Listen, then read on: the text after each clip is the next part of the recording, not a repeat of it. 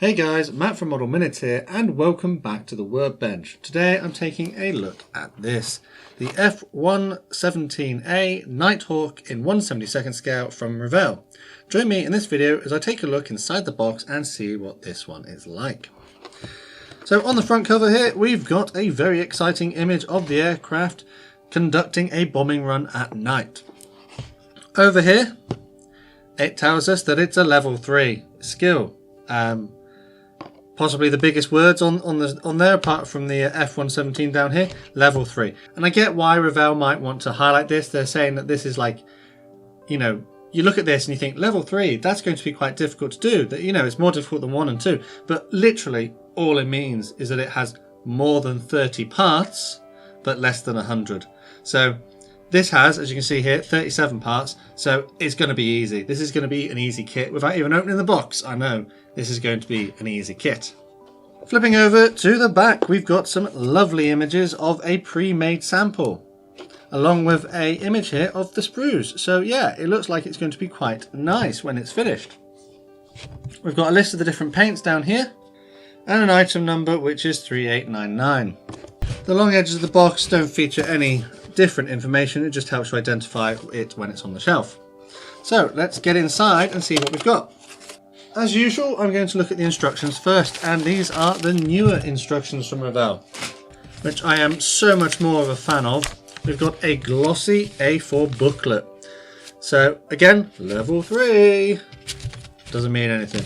We've got a image of the finished model on the front there and some health and safety information down the bottom. Flipping over, got some helpful hints and tips on how to construct, and then a key to the symbols that you'll see during the build. Colour callouts, and yeah, Revell, they're not going to change, are they?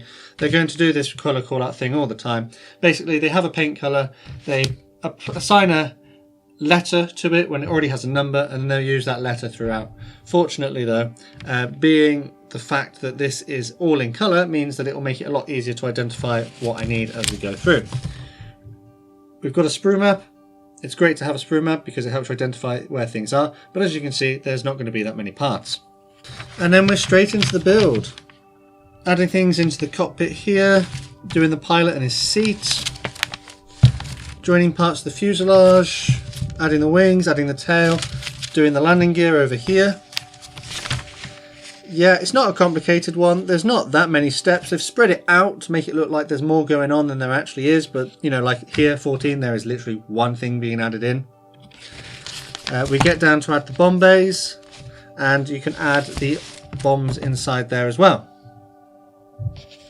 It's worth noting that it doesn't seem that Revell have included the option to display the landing gear in the raised position, or the bomb bays in the closed position. That's one part that comes molded like that. So if you want to display it closed, you'd have to make alterations by cutting that off and gluing that in place instead.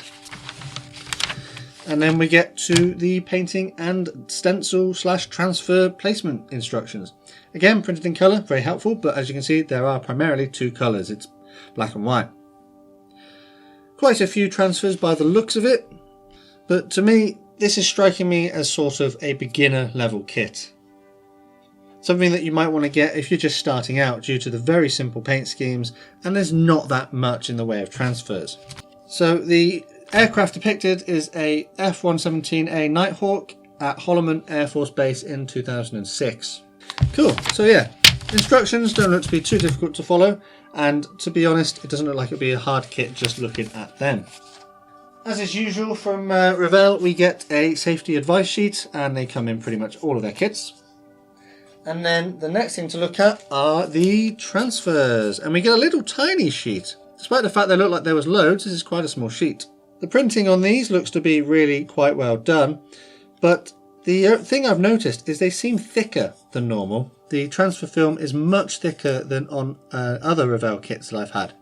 And also you might be able to notice, because I certainly can, that the transfer film doesn't seem to be completely transparent.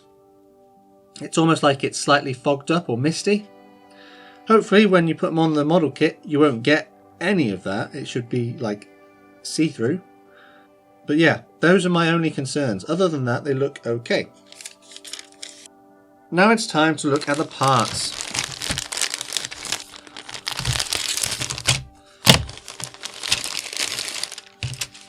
Right, get that out the way, get that out the way. 1, 2, 3. Oh, there's another bag, 2 more bags. 4, 5 black plastic sprues and a small clear one which contains the cockpit canopy. He says, there we go. This looks like it's going to be quite a big model. I wasn't actually prepared for how big this was going to be in 1/72 scale. So let's look at the cockpit canopy first. Yep, generally it looks to be okay. The moulding is quite clean. There is a tiny amount of flash in places, but the plastic is crystal clear. It's got a nice shine to it. Doesn't seem to be any scratches. So yeah, that's quite a good clear plastic part there. So let's look at the plastic parts. On this sprue we've got a wing, and the plastic has a slightly strange texture on this side, but maybe that's intentional. I guess that's because the aircraft would have had a stealth coating on it, so it has got this sort of matte sort of finish to it. On the other side it's a little bit more shiny, so yeah, that's not too bad. The details are recessed. Got recessed panel lines in there, quite nice. There is a tiny amount of flash, but generally it's okay. The other part here, that's the same, just the opposite way around. So we've got a large part of the fuselage here. Again, same sort of deal.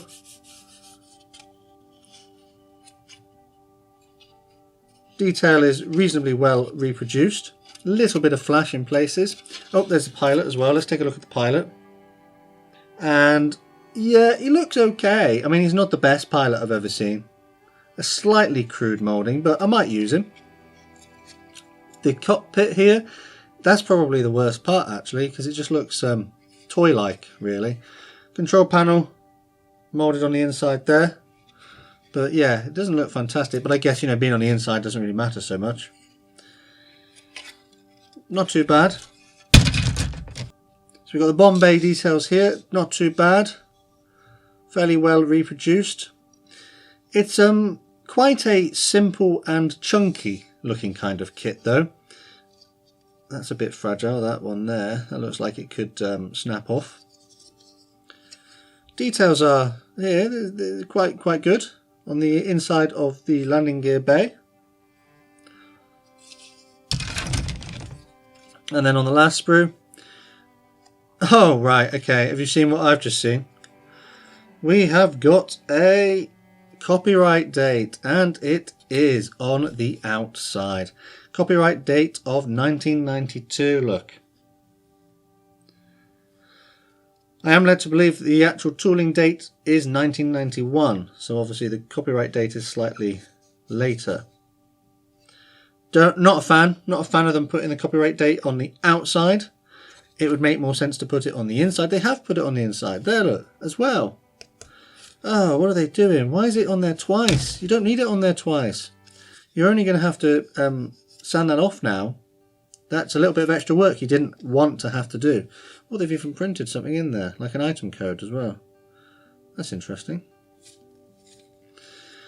It does feel ever so slightly greasy. It's just maybe because it's so smooth. Like this part is really smooth compared to the other ones. This has got a really smooth finish to it. So you'd have to be careful when you're putting the paint on so that it doesn't sort of run off the top. And then we've got the bombs down here and landing gear legs. Yeah, it's alright. Details are generally okay, but it is a little bit chunky. It's not got the finesse of other kits, but if it dates from 1991/1992, that's not a bad thing. You know, this would have been a fantastic looking kit for that sort of time frame. Cool, so let's wrap it up. We had 1, 2, 3, 4, 5 black plastic sprues and a clear component. Transfers that seem to be up to the usual standard from Revell, but I do have a few little concerns, but hopefully they go onto the model and my concerns are completely unfounded. A nice glossy instruction booklet, but I do have a few little issues with it, but generally it won't be too difficult to follow or use. And all of that comes contained inside a nicely illustrated box. So, like I said, a little bit of history on this one. The tooling date was 1991/1992, and the copyright date on that matches up. It was originally part of the monogram range, and it was introduced as a snap-tight model, so it is designed effectively to sort of clip together with the minimal amount of cement being required. So this would be perfect for a beginner.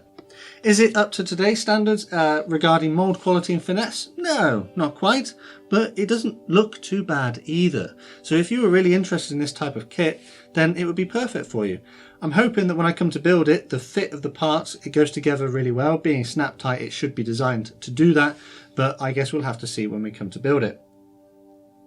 This has been released a number of times since 1991 as part of the Revell range, again as a snap-tight kit, but more recently this version dates from 2018 and it has been available with paints and glue as part of a starter set. Not that you really need to have any paint because it's moulded in black plastic, so if you are a beginner and not a massive fan of having to paint things, then simply stick your transfers on, glue it together and call it a day, because let's face it, it's already the colour that you need it to be. At the time this video was made, you'd be looking at spending about £15 on this. Is it worth that? I'm not entirely sure. Due to the low part count and the small issues I've mentioned, I think it should be probably closer to the £10 range.